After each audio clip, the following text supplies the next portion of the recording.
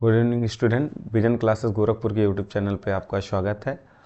आज हम देखेंगे कार्बन और इट्स कंपाउंड के कुछ प्रीवियस ईयर क्वेश्चंस को देखेंगे जो हमारे रेलवे, एनटीपीसी, एएलपी, टेक 2024-25 के लिए काफ़ी ज़्यादा इम्पोर्टेंट है। इससे क्वेश्चन पूछे जाने वाले हैं। चलिए क्वेश्चन को अब हम लोग देखते हैं। तो देखिएगा पहला क्वेश्चन हमारा क्या है।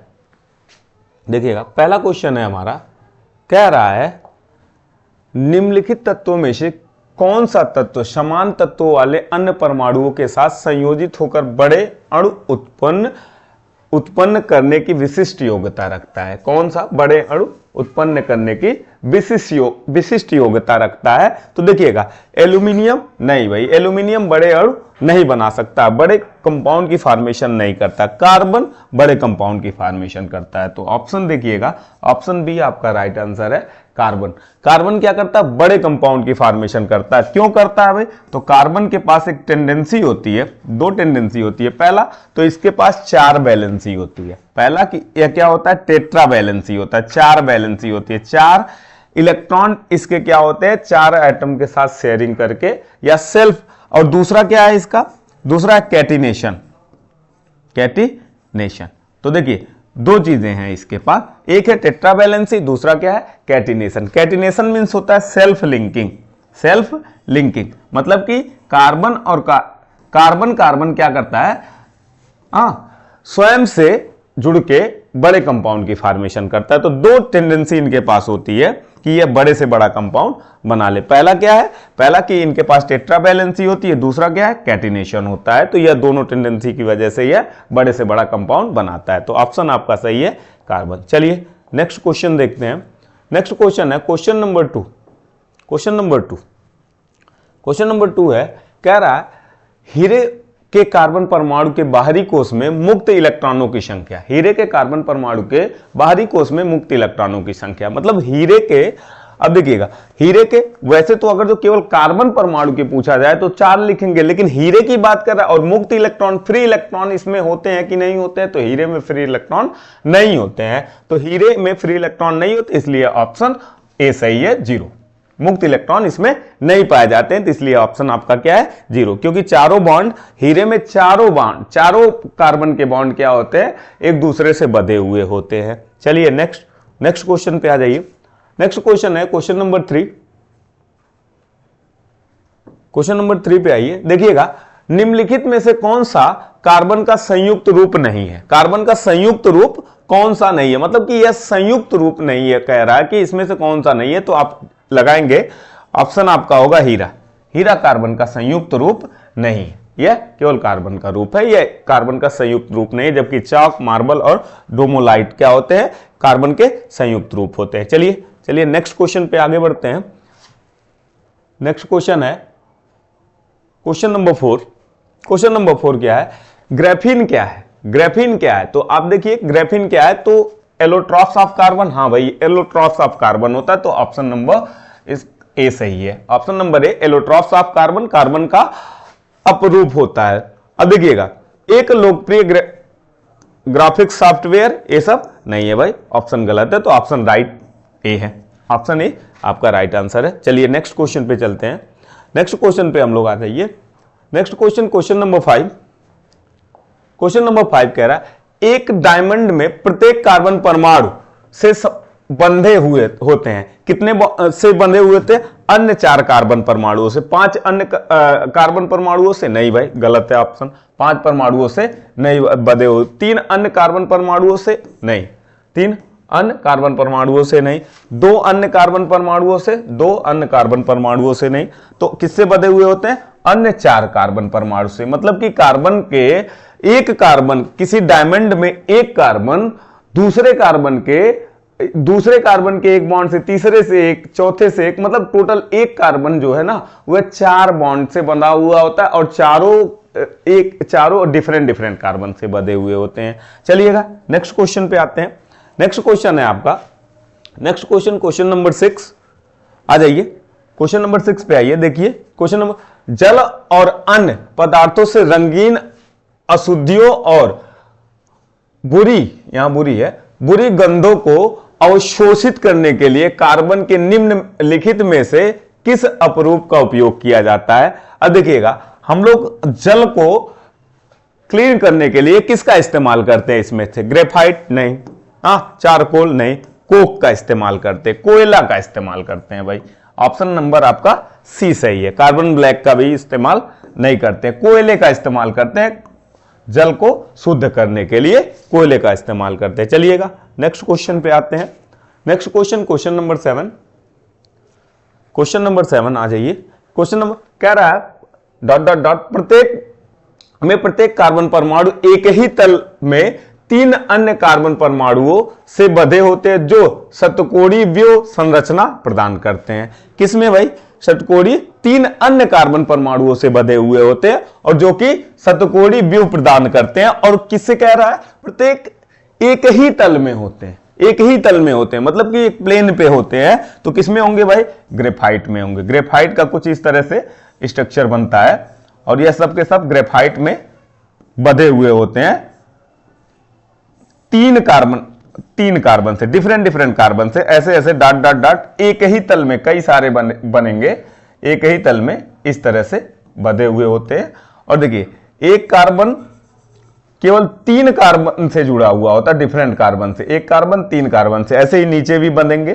तो टोटल ऐसे एक तल फिर नीचे नीचे नीचे ऐसे बंधे होते हैं। तो वह किसमें होता है भाई? देखिएगा, ऑप्शन ए ये आपका बी है, इसको सी कर लीजिएगा। सी आपका ऑप्शन सही है, सी आपका ऑप्शन सही है, इसको बी करिएगा। और यह सी आपका ऑप्शन सही है जो कि ग्रेफाइट है। तो ग्रेफाइट, तो सी आप ऑप्शन लगाइएगा जो कि ग्रेफाइट है। ग्रेफाइट पे राइट आंसर लगाइएगा, ग्रेफाइट होगा। चलिएगा नेक्स्ट क्वेश्चन पे आ जाइए। नेक्स्ट क्वेश्चन पे आइए। Next question, question number 8। अब देखिएगा क्या कह रहा है? निम्नलिखित में से कौन सा कार्बन क्रिस्टलीय अपरूप नहीं है? कौन सा कार्बन का क्रिस्टलीय अपरूप नहीं है, क्रिस्टल फॉर्म में नहीं पाया जाता? Which of the following is not a crystalline allotropes of carbon? इसमें से कौन सा नहीं है, उस पर टिक लगाइएगा। देखिए कौन सा नहीं है। तो ग्रेफाइट क्रिस्टलीय अपरूप है, फुलरिन क्रिस्टलीय, कोक आपका क्रिस्टलीय अपरूप नहीं है भाई, याद रखिएगा, क्रिस्टलीय अपरूप नहीं है। कौन सा नहीं है? कोक। ऑप्शन नंबर सी आपका राइट आंसर है। चलिएगा नेक्स्ट क्वेश्चन पे चलते हैं। ऑप्शन नंबर सी आपका यहां पे राइट आंसर था। चलिए next question, question number 9। Question number 9 पे, किसी अधातु का अपरूप एलोट्रॉप विद्युत का सुचालक होता है। किस अधातु का? Allotropes of which non metal is a good conductor of electricity. कह रहा किसका भाई? सल्फर का नहीं, सल्फर का नहीं, फास्फोरस का नहीं, ऑक्सीजन का नहीं, किसका होता है? कार्बन का। कार्बन का एक एलोट्रॉप्स है जो क्या होता है? जो इलेक्ट्रिसिटी का गुड कंडक्टर होता है, इलेक्ट्रिसिटी गुड कंडक्टर होता है। तो आप कमेंट में बताइएगा जरूर कौन सा होता है।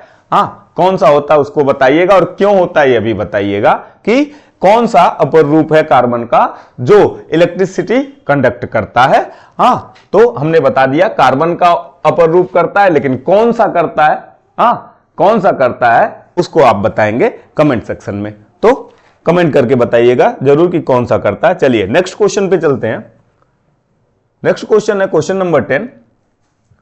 क्वेश्चन नंबर 10 पे आ जाइए। एल्कोहल सोडियम के साथ अभिक्रिया करके निम्नलिखित में से किस गैस का निर्माण करता है? देखिएगा, एल्कोहल क्या है? सोडियम के साथ अभिक्रिया करके किस गैस का निर्माण करता है? तो इसमें से देखिए, कार्बन डाइऑक्साइड गैस, गलत, कार्बन डाइऑक्साइड गैस नहीं, ऑक्सीजन गैस नहीं, कोई गैस नहीं निर्मित करता है, यह भी गलत है। हाइड्रोजन गैस निकालता है। क्या, कौन सी गैस निकालता है? हाइड्रोजन गैस निकालता है। तो आपका ऑप्शन राइट है, हाइड्रोजन गैस। हाइड्रोजन गैस पे आप टिक लगाइएगा कि कौन सा गैस निकालता है? तो हाइड्रोजन गैस निकालता है, याद रखिएगा। हाइड्रोजन गैस कैसे निकालेगा भाई? देखिएगा, सोडियम रिएक्ट करता है एल्कोहल के साथ। एल्कोहल क्या है भाई? एल्कोहल का फार्मूला यहां लिखिएगा, एल्कोहल C2H5OH यह है, और इसके साथ सोडियम रिएक्ट करता है, 2 मोल ले लीजिए, और यहां पे सोडियम इसके साथ रिएक्ट करता है, तो इसको भी 2 मोल ले लीजिए। देखिएगा, सोडियम जब रिएक्ट करेगा तो बनाएगा C2H5ONa, 2 मोल प्लस हाइड्रोजन गैस ये निकालता है, हाइड्रोजन गैस निकालता है। क्या निकालता है? हाइड्रोजन गैस निकालता है। तो याद रखिएगा कौन सा गैस निकालता है? Hydrogen gas. तो राइट आंसर है डी, ऑप्शन डी। तो चलिए नेक्स्ट क्वेश्चन पे चलते हैं। नेक्स्ट क्वेश्चन आपका क्या है? नेक्स्ट क्वेश्चन है आपका क्वेश्चन नंबर 11। देखिए क्वेश्चन नंबर 11 में क्या है, बेंजीन में सिग्मा पाई आबंध की संख्या कितनी होगी? What is the number of sigma and pi bond in benzene? Benzene में सिग्मा और पाई बॉन्ड की संख्या कितनी होगी? बेंजीन का फार्मूला क्या होता है? तो बेंजीन का फार्मूला होता है C6H6 और स्ट्रक्चर इसका कुछ इस तरह से बनता है। C6H6 का स्ट्रक्चर इस तरह से बनता है बेंजीन। अब देखिएगा इसमें सिग्मा बॉन्ड कितने हैं, पाई बॉन्ड कितने हैं? तो पाई देखिए यह जो डबल बॉन्डेड वाला है, आप देखिए इसमें 3 पाई बॉन्ड होते हैं। देखिएगा 1 2 3, यह तीनों क्या है? पाई बॉन्ड है भाई। याद रखिएगा कि यह तीनों क्या है? आपके पाई बॉन्ड है। एक पाई बॉन्ड, दूसरा पाई बॉन्ड एंड तीसरा पाई बॉन्ड। और सिग्मा कौन से हैं? यह वाले। देखिए यह सिग्मा, 2 सिग्मा, 3 4 5 6। तो टोटल सिग्मा की संख्या कितनी है? टोटल सिग्मा की संख्या 6 है और पाई की संख्या कितनी है? 3 है। तो अब बताइए कि कितने होंगे? तो कौन सा ऑप्शन आपका सही होगा? कौन सा ऑप्शन सही होगा? तो आपका ऑप्शन बी सही है। बी बना के इसको लिखिएगा, बी बनाइएगा कि ऑप्शन आपका क्या है? ऑप्शन आपका बी सही है। इसको बी बना लीजिए भाई कि ऑप्शन आपका बी सही है, यहां भी और यहां भी बनाइएगा B, option B.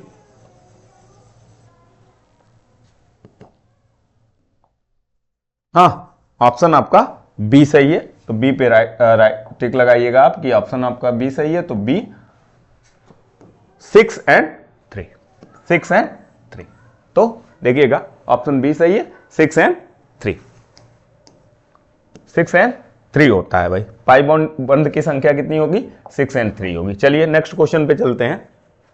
Next question पे चलते हैं, चलिएगा देखिएगा समजातीय श्रेणी में कौन सा तत्व किसी क्रियात्मक समूह द्वारा प्रतिस्थापित होगा? हाँ, कौन सा तत्व समजातीय श्रेणी में किसी क्रियात्मक समूह द्वारा प्रतिस्थापित होगा? जैसे अब देखिए समजातीय श्रेणी क्या होता है? होमोलोगस सीरीज क्या होता है भाई? तो होमोलोगस सीरीज में मान लीजिए हमारे पास क्या है? मीथेन है। हाँ, मीथेन है। दूसरा क्या होगा? इथेन होगा। दूसरा क्या होगा? इथेन होगा।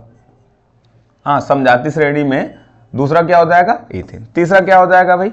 तीसरा हो जाएगा आपका यह प्रोपेन। तो यह सब एक दूसरे के क्या है? समजातीय श्रेणी, होमोलोगस सीरीज है। अब कह रहा है कि इसमें से कौन सा जो है प्रतिस्थापित होगा किसके द्वारा? क्रियात्मक समूहों के द्वारा। तो इसमें से कौन सा हीलियम? भाई हीलियम का तो कोई समजातीय श्रेणी बनेगा ही नहीं। हाँ, सोडियम का भी नहीं बनेगा, सल्फर का नहीं बनेगा, तो सल्फर का भी नहीं बनेगा, सोडियम का भी नहीं बनेगा, तो बनेगा किसका? हाइड्रोजन का। हाइड्रोजन का समजातीय श्रेणी, होमोलोगस सीरीज किसका बनेगा? हाइड्रोजन का बनेगा। तो हाइड्रोजन प्रतिस्थापित होगा किसके द्वारा? क्रियात्मक समूहों के द्वारा, फंक्शनल ग्रुप के द्वारा हाइड्रोजन प्रतिस्थापित होगा। चलिएगा नेक्स्ट क्वेश्चन पे चलते हैं। नेक्स्ट क्वेश्चन है बेंजीन अणु में सिग्मा बंधनों, पाई बंधनों और कुल बंधों की संख्या क्रमशः बताइए। हाँ, सिग्मा बंध अभी आपने देखा इससे पहले वाले क्वेश्चन में सिग्मा बंध कितने थे? 6। सिग्मा बंध कितने थे? 6 सिग्मा बंध थे। 6 सिग्मा बंध थे। और पाई बंध कितने थे? 3 पाई बंध थे। और टोटल कितने हुए तब? हाँ, टोटल कितने हुए? 6। बेंजीन अणु में सिग्मा बंधों की संख्या देखिएगा टोटल कितने होंगे भाई तब? तो ऑप्शन देखिए क्या रहा? बेंजीन अणु में सिग्मा बंधनों और पाई बंधनों और कुल बंधनों की संख्या क्रमशः होगी। तो कितना होगा भाई? तो देखिएगा यहां 6 और 3 क्या है? 6 and 3। तो मतलब आपका होगा 6 3 and 9, 6 3 and 9। बंधनों की संख्या कुल 6 3 9 होगा। तो ऑप्शन आपका बी सही है। सही कर लीजिएगा, इसको कर लीजिएगा 9। देखिए आज मिस प्रिंट बहुत ज्यादा हो गया है। हाँ, मिस प्रिंट ज्यादा हो गया। तो 6 3 and 9 कुल बंधनों की संख्या कितनी है क्रमशः? तो 6 3 9। बेंजीन अणु में कुल बंधनों की संख्या है 6 3 और 9 होती है। तो टोटल देखिएगा कह रहा है सिग्मा कितना है 6 है, पाई कितना है 3 है, एंड कुल बंधन कितने हैं, तो टोटल को जोड़ेंगे तो हमारा क्या हो जाएगा 9, 6 3 9। हाँ, तो टोटल कितने हैं 6 बंध है।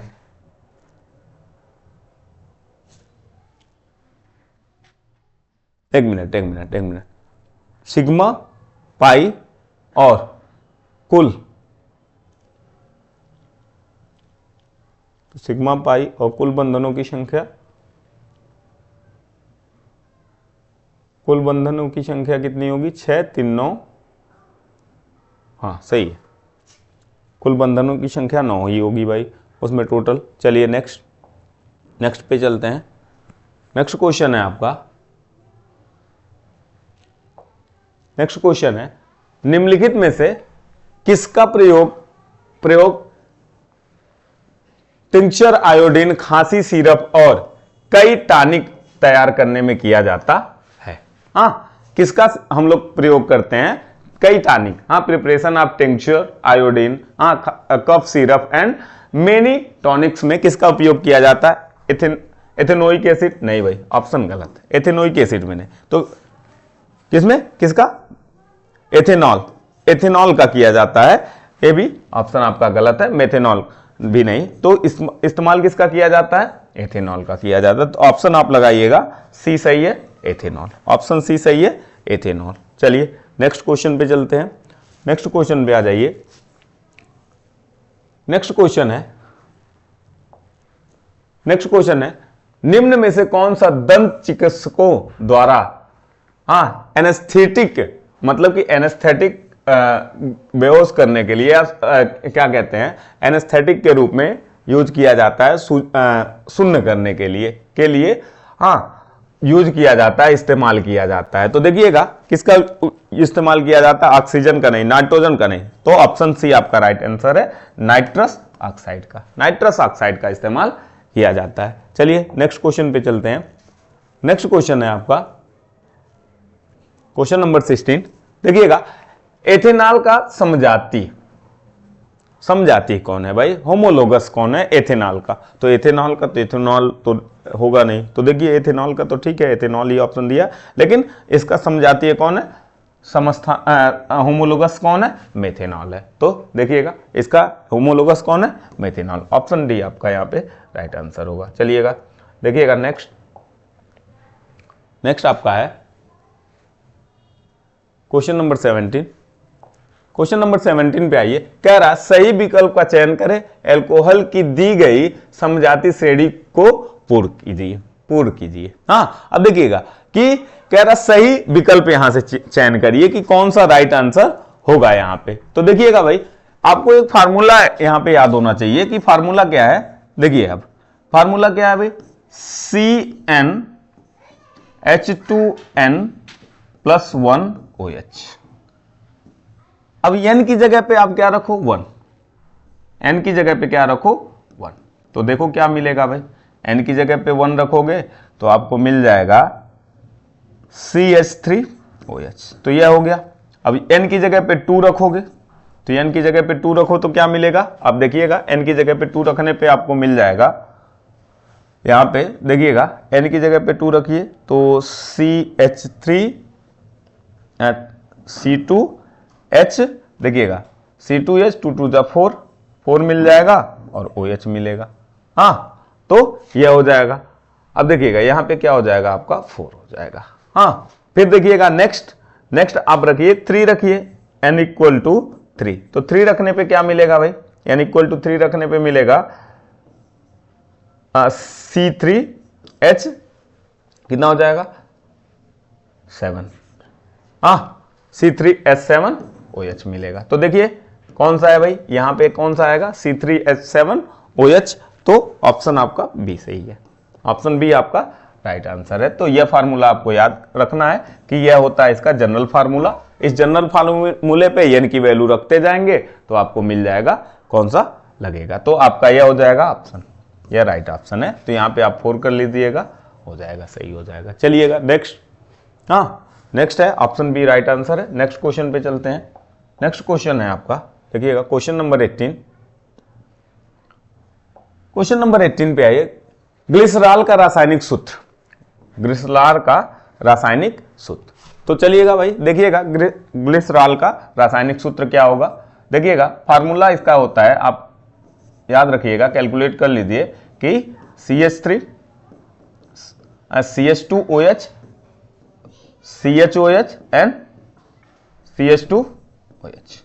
चलिए इससे मैच कराइए, कौन इससे मैच कर रहा है, ये इसका फार्मूला होता है। तो 3 और 3, देखिएगा 3 कार्बन, टोटल कितने ऑक्सीजन है, तो 8 ऑक्सीजन, सॉरी 8 हाइड्रोजन और 3 ऑक्सीजन, तो इससे मैच कराइए।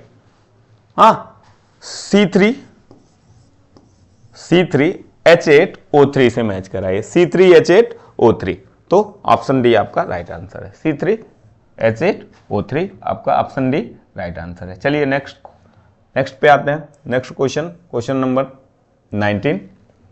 अब देखिएगा क्वेश्चन नंबर 19 पे आइए। क्वेश्चन नंबर 19 को देखिए क्या है इसमें ऑप्शन, कह रहा है रिक्त स्थान में सबसे उपयुक्त विकल्प भरे इथेनॉल को ... के लिए विकृतीकरण होता है, के लिए विकृतीकरण होता है। तो कह रहा है fill in the blanks with the most appropriate option, ethanol is denatured to. किसके लिए इसका विकृतीकरण होता है, तो देखिए स्थिरता में वृद्धि करने के लिए, इसे पीने के लिए नहीं भाई, या दोनों भी नहीं। हाँ, इसे पीने के लिए उपयुक्त बनाने के लिए नहीं, पीने के लिए उपयुक्त, तो इसका उपयोग हम लोग ऑप्शन डी इसका उपयोग करते हैं, इसे रोगाणु रोधक के रूप में उपयुक्त बनाने के लिए करते हैं, तो ऑप्शन डी आपका राइट आंसर है। चलिए नेक्स्ट क्वेश्चन पे चलते हैं, ऑप्शन डी आपका राइट आंसर है।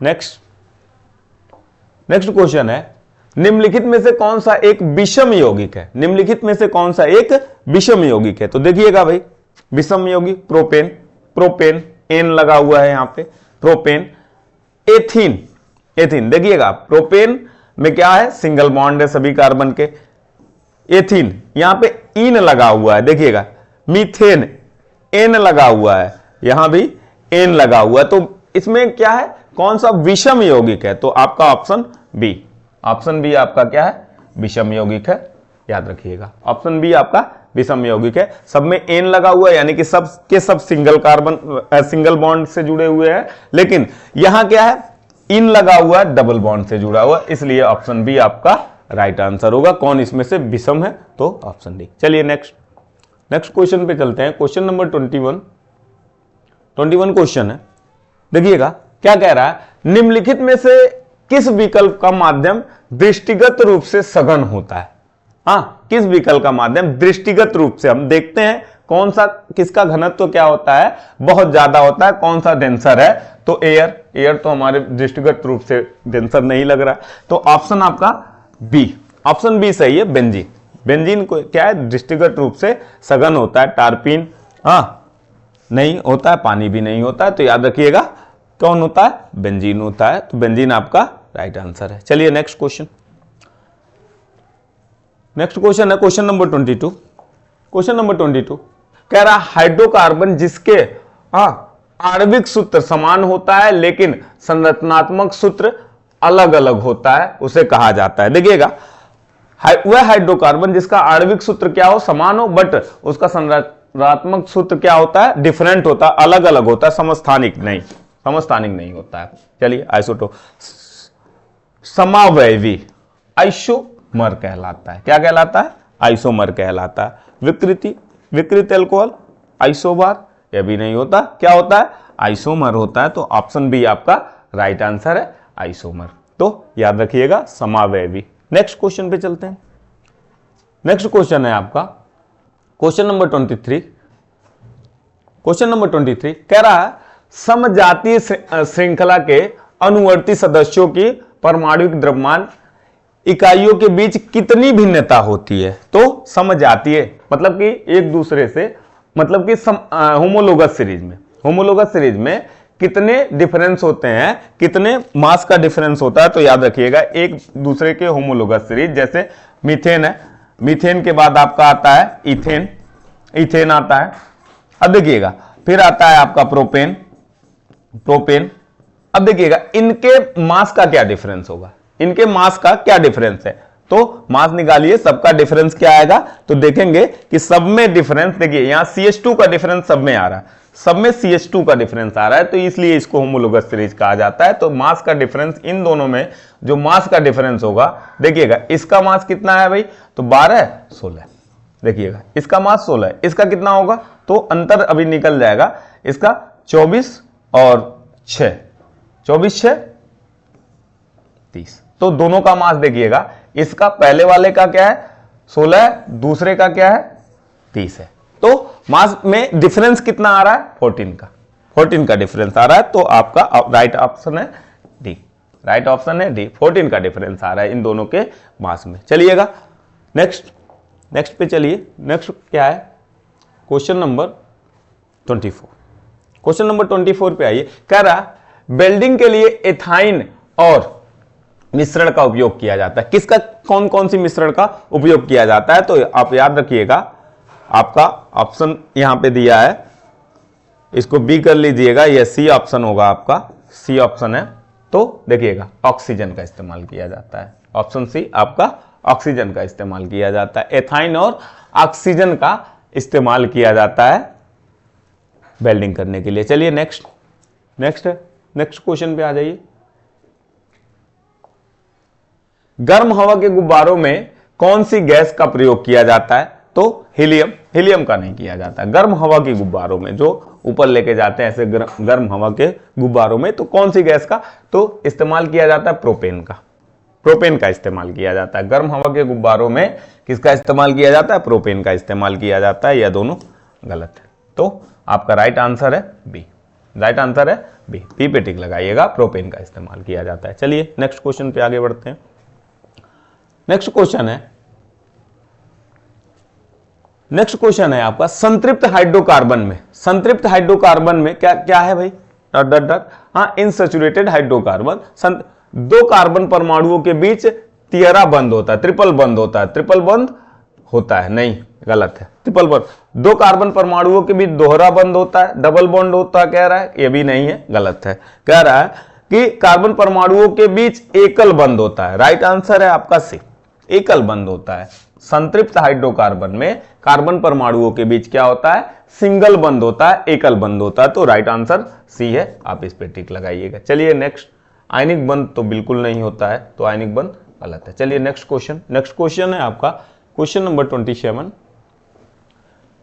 क्वेश्चन नंबर 27 कह रहा नीचे दिए गए आयुपीएसिन नामों में से जो एक अलग है उसका चयन करिए। चलिए भाई देखते हैं अलग है, तो सबसे पहले आज बहुत ज्यादा मिसप्रिंट हुआ है तो उसको सही कर लेते हैं आज, तो उसके बाद हम लोग आगे बताएंगे। देखिए यहां पे है 8, यह 8 है, उसके बाद यह प्रोपेनॉल सही है, यहां पे मेथेनॉल सही है, यहां पे एथेनॉल, यहां पे 5 कर लीजिएगा, हाँ यहां पे 5 करिएगा, यहां पे आपका 8 हो जाएगा। तो अब देखिए, अब देखना है कि इसमें से अलग कौन है, इसमें से अलग कौन है, तो देखिएगा ब्यूटेनॉल का फार्मूला कितना होता है, ब्यूटेनॉल मतलब 4 कार्बन है भाई, 4 कार्बन है, यह अब कह रहा है एक कार्बन पे क्या जुड़ा हुआ है, OH ग्रुप जुड़ा हुआ है, यानी कि CH2 CH3 जोड़िएगा भाई, 4 कार्बन, ठीक है भाई 4 कार्बन है। हाइड्रोजन कितने हैं, तो देखिएगा हाइड्रोजन 3 5 7 2 9 हाइड्रोजन होने चाहिए, जबकि अभी है कितने यहां 8 है, तो यह आपका क्या है, सही है। डिफरेंस कौन है, यह, बाकी के सब सही है, 3 7 यह सही है, हाँ तो आपका डिफरेंस कौन है, यह याद रखिएगा ऑप्शन ए, हाँ ऑप्शन ए आपका डिफरेंस है। तो चलिए नेक्स्ट क्वेश्चन पे चलते हैं, नेक्स्ट क्वेश्चन पे आ जाइए, क्वेश्चन 28 पे आ जाइए। कह रहा निम्न में से किसमें त्रिक बंध होता है, प्रोपीन भाई, प्रोपीन क्या है, प्रोपीन का फार्मूला है CH3 CH double bond CH2, यह देखिए इसमें डबल बॉन्ड। प्रोपेनोइक एसिड में क्या होगा भाई, CH3 CH2 COOH, यहां तो होगा ही नहीं। हाँ यहां पे कह रहा propanol, propanol CH3 CH2 CH2OH, propanol, propanol का फार्मूला है। तो यहां तो भाई सिंगल बॉन्ड है सभी के सभी। पूछ रहा है किसमें, क्या पूछ रहा है, त्रिबंध, मतलब कि ट्रिपल बॉन्ड किसमें है, तो प्रोपाइन में। प्रोपाइन में ट्रिपल बॉन्ड होते हैं, कैसे देखिएगा भाई, CH3 C triple bond CH, यह आपका प्रोपाइन होता है। तो ऑप्शन डी आपका राइट आंसर। प्रोपाइन में क्या होता है, ट्रिपल बॉन्ड होता है। चलिएगा नेक्स्ट क्वेश्चन पे चलते हैं। नेक्स्ट क्वेश्चन है क्वेश्चन नंबर 29। क्वेश्चन नंबर 29 क्या कह रहा है भाई, कह रहा है यौगिक का नाम क्या है। यौगिक का नाम क्या है भाई, इतना इजी है। हाँ क्या नाम है, 2 कार्बन है, इसके लिए एथ लिखते हैं, सिंगल बॉन्ड है, एन लगा देते हैं, तो ऑप्शन बी आपका राइट आंसर है, एथेन। ठीक है चलिए नेक्स्ट क्वेश्चन पे चलते हैं। क्वेश्चन नंबर 30, क्वेश्चन नंबर 30 है, कह रहा असंतृप्त कार्बन यौगिक में अत्यधिक काले धुएं के साथ ज्वाला प्रदान करते हुए ऑक्सीजन में जलता है, तो कौन सा भाई, ऑप्शन कौन सा है, पीला, कथई, लाल, नीला। तो ऑप्शन आपका ए सही है, पीला। भाई धुआं निकल रहा है तो याद रखिएगा, जब भी धुआं निकलेगा पीला कलर का इसमें जो जलता है फ्लेम ना, वह कैसा जलेगा, पीला कलर का चलेगा। चलिए नेक्स्ट ऑप्शन है, ऑप्शन ए यहाँ राइट आंसर है। चलिए नेक्स्ट क्वेश्चन पे चलते हैं। क्वेश्चन नंबर 31, क्वेश्चन नंबर 31 कह रहा है यौगिक का प्रयोग सिद्ध सूत्र यह है तथा वाष्प घनत्व तो इतना है, यौगिक का आणविक सूत्र बताइए। चलिए भाई इसका आणविक सूत्र आपको बताना है इसमें, तो इसको सॉल्व करते हैं, पहले सॉल्व करके फिर इसका आणविक सूत्र हम लोग बताएंगे। चलिएगा देखिएगा कैसे होगा। तो हमें एक फार्मूला पता होगा, N इक्वल टू, सबसे पहले याद रखना है, molecular mass upon empirical formula mass, empirical formula mass, यह याद होना चाहिए। हाँ N equal to molecular formula mass, या मॉलिक्यूलर फार्मूला लिख लीजिए, फार्मूला मास और इंपिरिकल फार्मूला मास। और दूसरा यहां पे देखिए क्या दिया है, घनत्व दिया है, क्या दिया है, घनत्व दिया है, डेंसिटी दिया है। तो इसके लिए भी फार्मूला होता है molecular formula, molecular formula, formula mass equal to vapour density, weight weight weight weight, ये नहीं होता, ये होता है, 1 मिनट, क्या होता है, अब से एक बार देखिएगा, N equal to molecular formula mass, molecular formula mass, mass होता है आपका empirical formula mass, empirical formula mass होता है, ये तो आपका राइट। एक होता है फार्मूला वेपर डेंसिटी,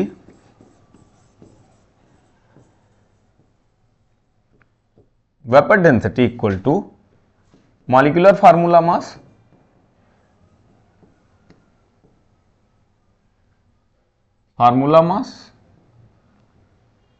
अपॉन 2। अब देखिएगा, अब हमें क्वेश्चन में दिया है वेपर डेंसिटी, वेपर डेंसिटी दिया है, तो इसको इधर लाइए भाई, वेपर डेंसिटी को रखिए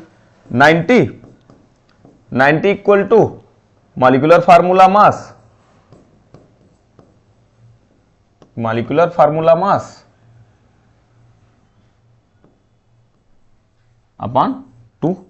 तो हमें निकालना क्या है, मॉलिक्यूलर फार्मूला मास निकालना है, तो निकालिए 2 into 90 equal to molecular formula mass क्या होगा,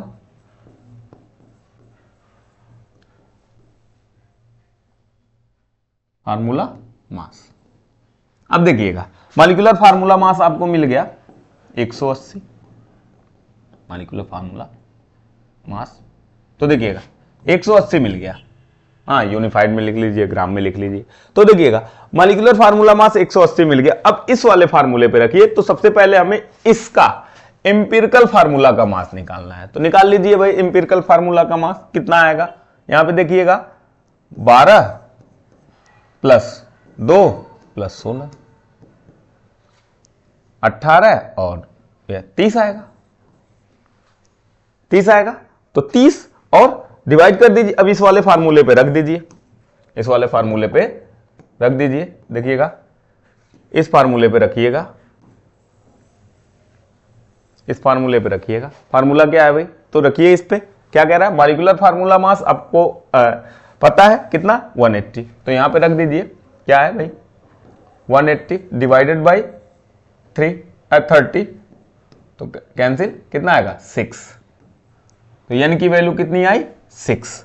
अब रखिएगा भाई n की वैल्यू 6 रख दीजिए यहां पे, आपको वैल्यू मिल जाएगा कि n की वैल्यू क्या होगा 6 होगा, तो मॉलिक्यूलर फार्मूला मिल जाएगा। मॉलिक्यूलर फार्मूला इक्वल टू क्या होगा तब, तो आपका हो जाएगा CH2O का होल 6 कर दीजिए भाई, C6H12O6। तो देखिएगा C6H12O6 कौन सा ऑप्शन है, तो अब देख लीजिए फार्मूला, देख लीजिए इस तरह से इसको सॉल्व करते हैं। अब देखिएगा ऑप्शन कौन सा राइट है इसमें, तो ऑप्शन देखिएगा ऑप्शन कौन सा राइट है, तो ऑप्शन ए राइट है। हाँ, C6H12O6 आया, ऑप्शन ए आपका राइट आंसर है, तो याद रखिएगा C6H12O6 होगा। चलिए नेक्स्ट क्वेश्चन पे चलते हैं, नेक्स्ट क्वेश्चन पे चलते हैं। क्वेश्चन है 32, एक असंतृप्त हाइड्रोकार्बन है, असंतृप्त हाइड्रोकार्बन है कौन सा, हाँ unsaturated hydrocarbon, ethane single bond होता है, butane single bond, methane single bond, तो असंतृप्त हाइड्रोकार्बन कौन सा है, बेंजीन। इसमें क्या होता है, डबल बॉन्ड होता है, बेंजीन में डबल बॉन्ड। एथेन में क्या होता है, CH3 single bond CH3 single bond होता है। हाँ, ब्यूटेन में क्या होता है, ब्यूटेन में CH3 CH2 CH2 CH2 सब सिंगल बॉन्ड होते हैं असंतृप्त। मीथेन में क्या होता है, CH4, तो यह भी क्या होता है, संतृप्त होता है। तो आपका असंतृप्त कौन मिला, बेंजीन। बेंजीन क्या है, राइट आंसर, याद रखिएगा बेंजीन क्या है, असंतृप्त हाइड्रोकार्बन, क्योंकि इसमें क्या है, डबल बॉन्ड है, तो असंतृप्त होता है। चलिए नेक्स्ट क्वेश्चन पे चलते हैं। नेक्स्ट क्वेश्चन है आपका क्वेश्चन नंबर 33। क्वेश्चन नंबर, अणु सूत्र C6H6 वाला चक्रीय हाइड्रोकार्बन कौन सा है भाई, C6H6 वाला, तो देखिए चक्रीय साइक्लोपेंटेन, साइक्लोपेंटेन भाई ये है ना, C6 है, 5 ही कार्बन है भाई C6H6 ने। नेप्थलीन, नेप्थलीन तो भाई बहुत ज्यादा हो गया, नेप्थलीन तो ज्यादा हो गया यहां पे, ये देखिए कैलकुलेट करिए भाई कितने कार्बन हुए इसमें, नेप्थलीन में 1 2 3 4 5 6 7 8 9 10, टोटल देखिए 6 4 10 कार्बन हुए, तो यहां पे 6 कार्बन की बात। मीथेन, मीथेन तो एक ही कार्बन का है यह, तो आपका राइट है बेंजीन। बेंजीन क्या होता है, 6 कार्बन होते हैं, 6 कार्बन यानी कि C6H6 बेंजीन का फार्मूला होता है, यह नेप्थलीन का फार्मूला होता है, यह साइक्लोपेंटेन का फार्मूला होता है, यह मीथेन का होता है, तो इसका क्या होता है, C6H6 बेंजीन का फार्मूला होता है इस तरह से। चलिए राइट आंसर है आपका बेंजीन, हाँ डी ऑप्शन पे टिक लगाइएगा। चलिएगा नेक्स्ट, नेक्स्ट है, नेक्स्ट पे आ जाइए, देखिएगा नेक्स्ट क्वेश्चन क्या है, कह रहा एथेनॉल का क्वथनांक, क्वथनांक कितना होता है एथेनॉल का, हाँ तो ऑप्शन देखिए कौन सा सही है। नेक्स्ट क्वेश्चन देखिएगा, the boiling point of ethanol, तो 78, एथेनॉल का बॉइलिंग पॉइंट होता है 78, तो ऑप्शन डी पे आप टिक लगाइए, एथेनॉल का बॉइलिंग पॉइंट क्या होता है 78 होता है। चलिएगा नेक्स्ट क्वेश्चन पे आ जाइए, नेक्स्ट क्वेश्चन को देखते हैं। नेक्स्ट क्वेश्चन है आपका क्वेश्चन नंबर 35, कह रहा मृत अंगों को सामान्यतः फार्मेलिन में रखा जाता है, फार्मेलिन में रखा जाता है। फार्मेलिन एक है, फार्मेलिन होता क्या है ये आपको बताना है कि मृत अंगों को हम लोग कहां रखते हैं, फार्मेलिन में रखते हैं, लेकिन फार्मेलिन होता क्या है इसको आप टिक लगाइए। कह रहा एक्वस फार्मेल्डिहाइड, हाँ भाई एक्वस फार्मेल्डिहाइड होता है। फार्मेलिन क्या होता है, एक्वस फार्मेल्डिहाइड होता है। Aqueous ferrous sulphate, formalin, formalin formic acid की तरह है भाई, दिख रहा है ना, एक्वस फार्मेल्डिहाइड इसीलिए फार्मिक एसिड की तरह है, या हाँ तो याद रखिएगा एल्डिहाइड की तरह दिख रहा है, फार्मिक एसिड लग रहा है ना, तो इसमें क्या लग रहा है, फार्मेल्डिहाइड की तरह, एल्डिहाइड की तरह लग रहा है। और फेरस सल्फेट तो होगा नहीं, फार्मिक एसिड होगा नहीं, फेरिक हाँ यह भी नहीं होगा। तो चलिए ऑप्शन ए आपका राइट आंसर है। ठीक है, चलिए नेक्स्ट क्वेश्चन पे चलते हैं। Question number 36। क्वेश्चन नंबर 36 कह रहा है एथेनॉल के एक अणु में कितने हाइड्रोजन परमाणु होते हैं। एथेनॉल के एक अणु में कितने हाइड्रोजन परमाणु होते हैं भाई।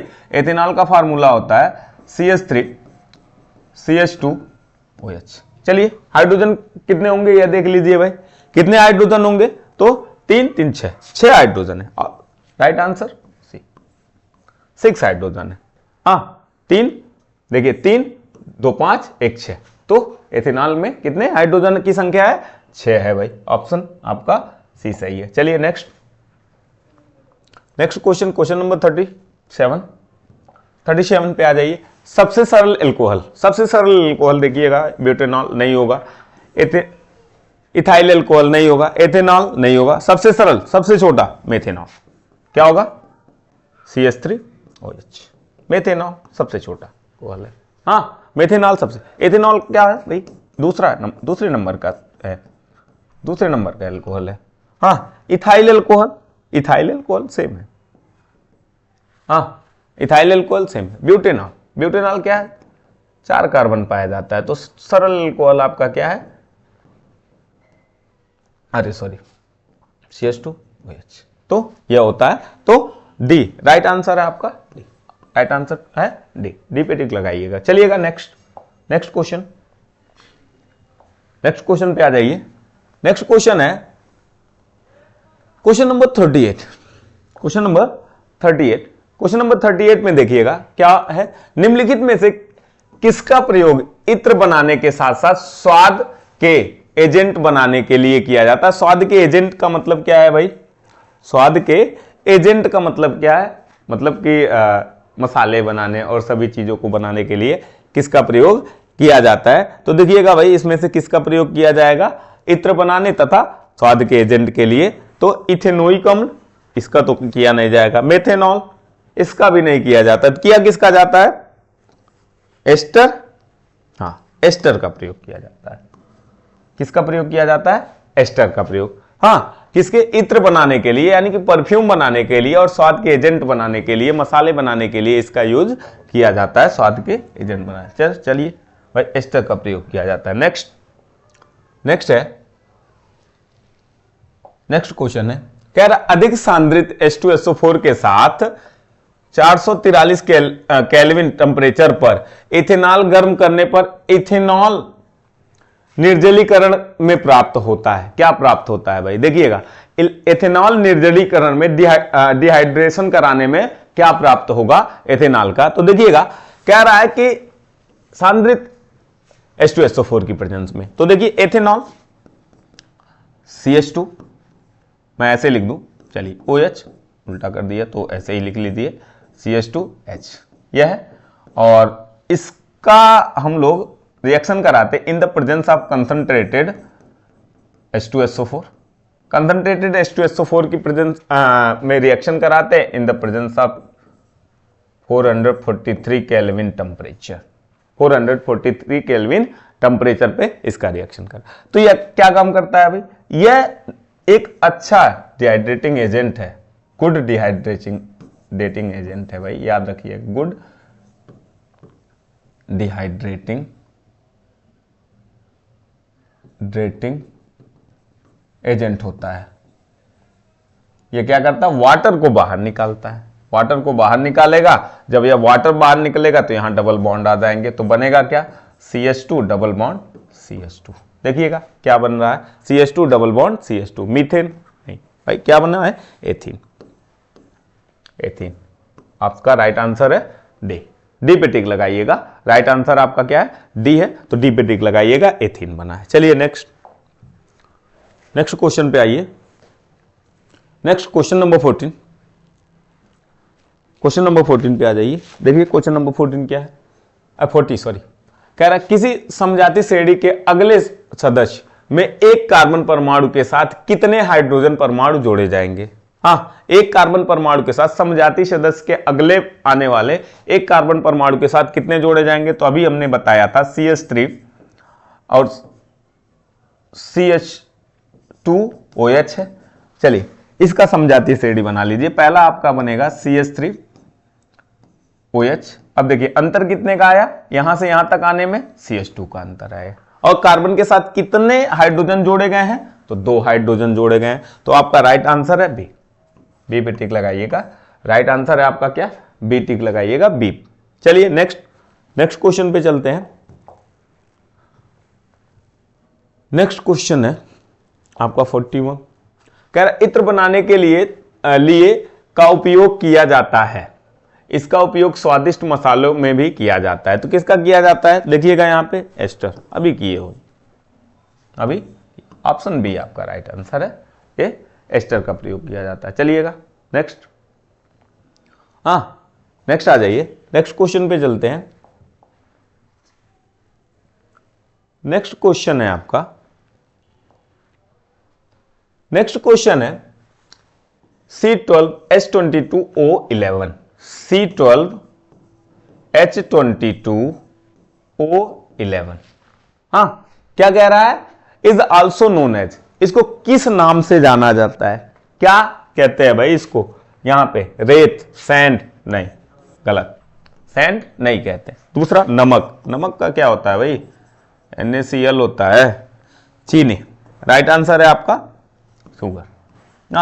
C12H22O11 को हम लोग क्या कहते हैं? शुगर कहते हैं। तो राइट आंसर आपका क्या है? सी। राइट आंसर सी है। क्लियर? गलत। चलिए नेक्स्ट क्वेश्चन पे चलते हैं। नेक्स्ट क्वेश्चन देखते हैं क्या है। Next question 43। क्वेश्चन क्या है भाई? देखिएगा, कार्बन का एक अपर रूप नहीं है। अपरूप नहीं है। इसमें से कौन सा एक कार्बन का अपर रूप नहीं है? बकमिस्टर फुलेरिन, यह है भाई, यह है। डायमंड, यह भी कार्बन का अपर रूप है। कार्बन डाइऑक्साइड नहीं है। तो राइट आंसर है आपका कार्बन डाइऑक्साइड। राइट आंसर है आपका कार्बन डाइऑक्साइड। कार्बन डाइऑक्साइड अपर रूप नहीं है। ग्रेफाइट भी अपर रूप है कार्बन का, बट कार्बन डाइऑक्साइड इसका अपर रूप नहीं है। तो राइट आंसर है आपका सी। सी पे टिक लगाइएगा। चलिएगा नेक्स्ट क्वेश्चन। नेक्स्ट क्वेश्चन पे चलते हैं। Question number 44। क्वेश्चन नंबर 44 पे आ जाइए। कह रहा किसी कार्बनिक यौगिक में एक प्रकार्यात्मक समूह क्या निर्धारित करता है? कह रहा in the organic compound what does the functional group determine. Functional group से हम लोग क्या डिटरमाइन करते हैं? तो याद रखिएगा, इट्स मॉलिक्यूलर मास, नहीं, मॉलिक्यूलर मास नहीं करते हैं। इसका आणविक नहीं।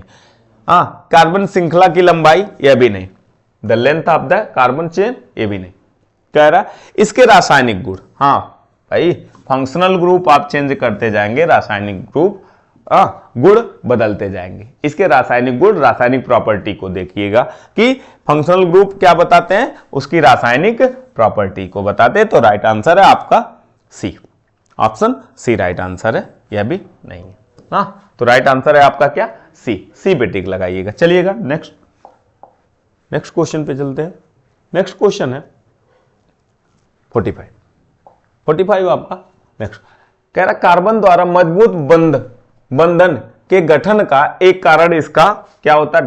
डॉट है बीच में, और फिर कह रहा आकार।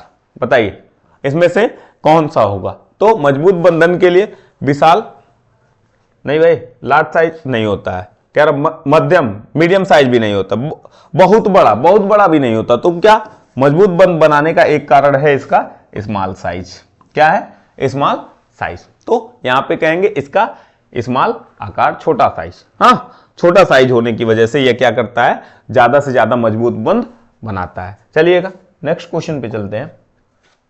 नेक्स्ट क्वेश्चन है क्वेश्चन नंबर 46। क्वेश्चन नंबर 46 आ जाइए। कह रहा 5 कार्बन परमाणु वाले यौगिक पेंटानॉल में क्रियात्मक समूहों का चयन कीजिए। नल है, पेंटानॉल में क्रियात्मक समूहों की चयन करिए कि कौन सा क्रियात्मक समूह। पेंटेनल है भाई। पेंटेनल है। तो देखिएगा भाई क्या होगा भाई, इसमें एल्कीन नहीं, एल्कोहल नहीं। पेंटेनॉल अगर जो होता तो एल्कोहल होता, नल है ये तो एल्कोहल नहीं। कीटोन नहीं, ओन होता तो क्या होता? कीटोन होता। बट यहां पे क्या है? एल्डिहाइड। ऑप्शन डी आपका राइट आंसर है, एल्डिहाइड। ऑप्शन डी पे आप टिक लगाएंगे। चलिएगा नेक्स्ट क्वेश्चन पे चलते हैं। नेक्स्ट क्वेश्चन आपका क्या है, क्वेश्चन नंबर 47 पे आइए। कह रहा है कार्बन C4 आयन बनाने में असमर्थ क्यों होता है? कार्बन C4 प्लस आयन नहीं बनाता है, क्यों? कार्बन C4 प्लस आयन नहीं बनाता है, क्यों? इस पे चलिए टिक लगाए। क्योंकि इसके निर्माण के लिए अधिक मात्रा में ऊर्जा की आवश्यकता होती है। दूसरा ऑप्शन क्या है देखिएगा, क्योंकि यह आसानी से इलेक्ट्रॉन ग्रहण करता है, यह गलत है।